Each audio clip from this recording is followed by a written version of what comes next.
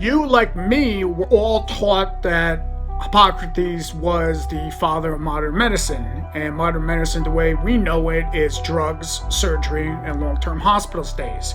So that's actually the business end of things. Hippocrates himself were familiar with the term "let food be thy medicine, let medicine be thy food." But last I checked, the medics don't use food as medicine, they use drugs. The other thing is that Hippocrates ended up utilizing lifestyle modifications and exercise and even spinal manipulation as a form of addressing various conditions. Our current medical people do not do that. They use drugs, radical surgeries, and long-term hospital stays to profit off of your pain and suffering.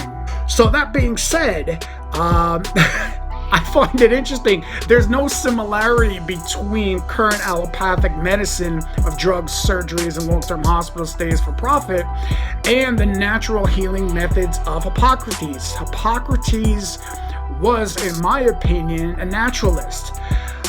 He was an organic healthcare provider. He understood that nurturing nature was the key. So what's the bridge? Who is really the founder of modern medicine? Well, it's John D. Rockefeller Sr. All right, you guys may know him from Standard Oil. And competition was a sin.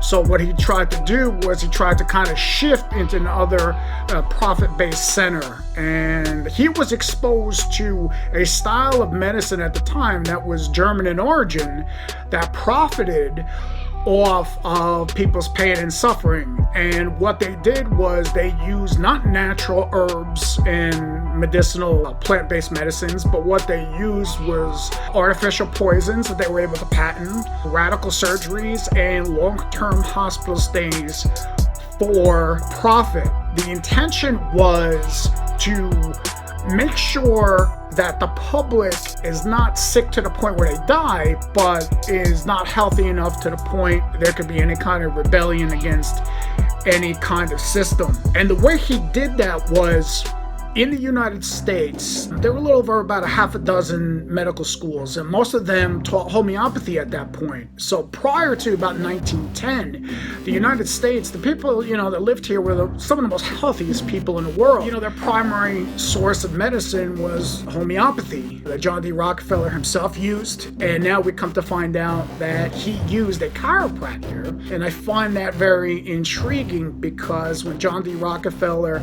ended up appointing Abraham Flexner, one of his cronies, to go into the medical schools, to assess the situation, to overhaul them, and to start phasing out natural healing and natural medicine and start incorporating the toxic drugs, the radical surgeries, and the long-term hospital stays for profit.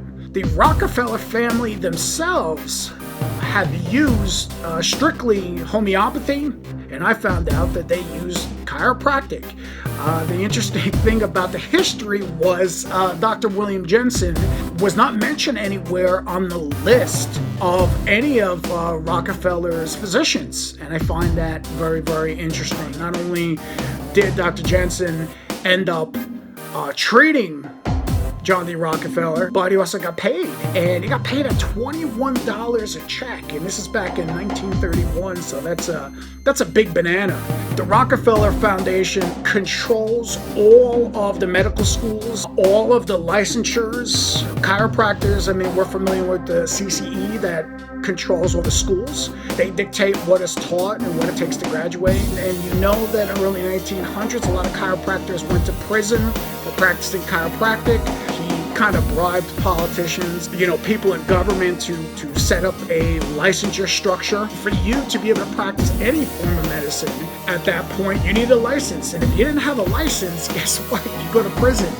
So John D. Rockefeller is the guy who was the founder of modern medicine and was against chiropractic, all right? A typical situation of do as I say and not as I do.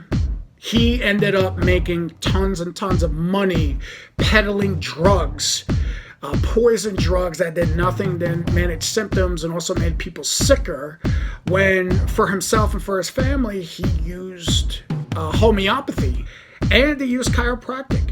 One of the things that I found very interesting in doing some research about John D. Rockefeller's father, his father was the name of William Avery Rockefeller. They called him Devil Bill because what he did was he was a snake oil salesman, and he ended up making lotions and potions for people that were sick with cancer and various different chronic and terminal diseases. He was actually kicked out of New York because he was also a known horse thief.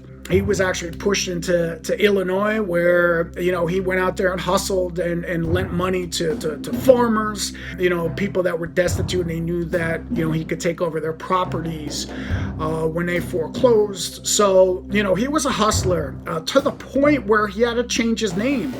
And he changed his name to Dr. William Livingston. He wanted to be a doctor so bad, and he wanted the public to believe his nonsense, that he changed his name to that. And subsequently, to the best of my knowledge, he's buried under that name.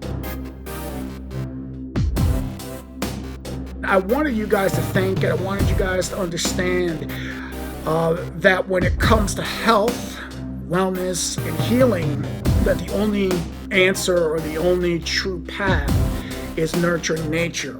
John D. Rockefeller Sr., the father of modern medicine, knew that and understood it for himself.